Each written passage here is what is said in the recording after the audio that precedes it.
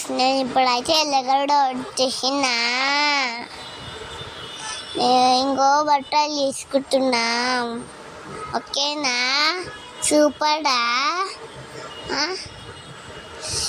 ఇవన్నీ బట్టలు బాగుందా? మీకు కావాలా అండి? ఉండా, వెళ్ళి తెచ్చుకోండి.